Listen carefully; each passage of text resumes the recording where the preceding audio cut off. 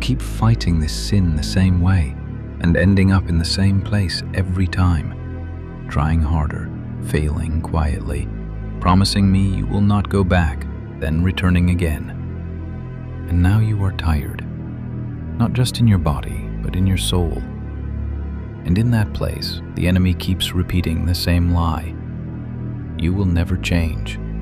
You are the only one stuck like this. God loves you less because of this. Listen to me carefully. Those are lies. I have seen people walk out of this. I have set people free from this. So stop telling yourself victory is not possible for you. But I will also tell you the truth you keep avoiding. What you are doing right now is not working. You do not need more effort while repeating the same patterns. You need a different way. So listen closely. Here are 3 steps to completely destroy it. First, bring it into the light. You keep trying to hide what is slowly controlling you. You come to me, but you edit the truth. You say you are struggling, but you avoid saying how deep it really goes. You already know your patterns, the times, the triggers, the routine that leads you there. And still you pretend it is not that serious. But sin grows in darkness. When no one sees it, it spreads quietly until it controls you. So stop hiding. Be honest with me fully, not polished, not filtered. And then tell someone. Yes, this is the part you avoid because exposure feels like loss. But healing does not begin where you hide. It begins where you are finally seen. You want freedom while keeping your image untouched, and that is why you remain stuck. You need someone who knows the real version of you, not the version you show publicly. Someone who can ask you what you did when you were alone, not just how you were doing spiritually. You do not need more isolation. You need light. Second, cut off what is feeding it. You keep focusing on the final act, but the fall starts long before that. It starts with what you watch, what you scroll, what you allow your mind to sit on. Then you act surprised when the desire feels uncontrollable. You are feeding it daily and calling it a struggle. If something keeps leading you there, why is it still in your life?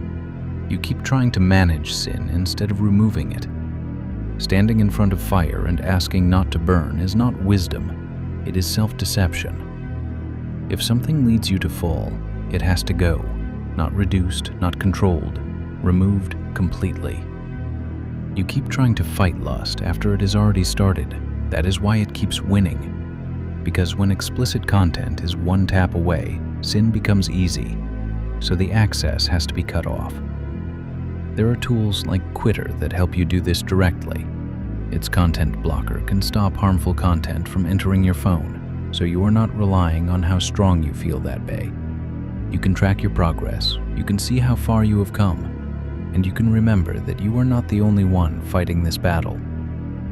When the urge hits, you do not sit there thinking, you shut it down immediately. That is how you stop sin before it grows. If you are serious about breaking lust, hit the link in the description or pinned comment, download Quitter, and use code GODZILL. You pray for strength, but you refuse to remove the doorway. That is why you stay stuck. Third, learn to run. There will be moments when temptation comes suddenly, even after you have taken these steps. In those moments, your problem is not weakness, it is hesitation. You pause, you think, you consider, and in that delay, you lose. When temptation came to Joseph, he did not stand there trying to prove how strong he was. He ran. That is what you must learn. Not how to resist longer, but how to leave faster. The moment it starts, move, close it, walk away, change your environment. Do not sit there negotiating with it. You are not as strong as you think you are in that moment. Victory is not found in how long you can endure the pressure. It is found in how quickly you remove yourself from it. And hear this clearly. This is not just about stopping a behavior. This is about what your heart is choosing instead of me. You are running to something because you are empty, bored, stressed, or trying to escape. And instead of coming to me, you go to something that leaves you even emptier. That cycle will not break until I become your first response, not your last option. You keep trying to remove lust without replacing it with me, and that is why it keeps returning. Walk with me daily, not occasionally, not only when you feel like it, not only after you fail. Daily, when you wake up, when you are alone, when nothing feels urgent, come to me there. Speak honestly. Sit in my presence even when it feels quiet.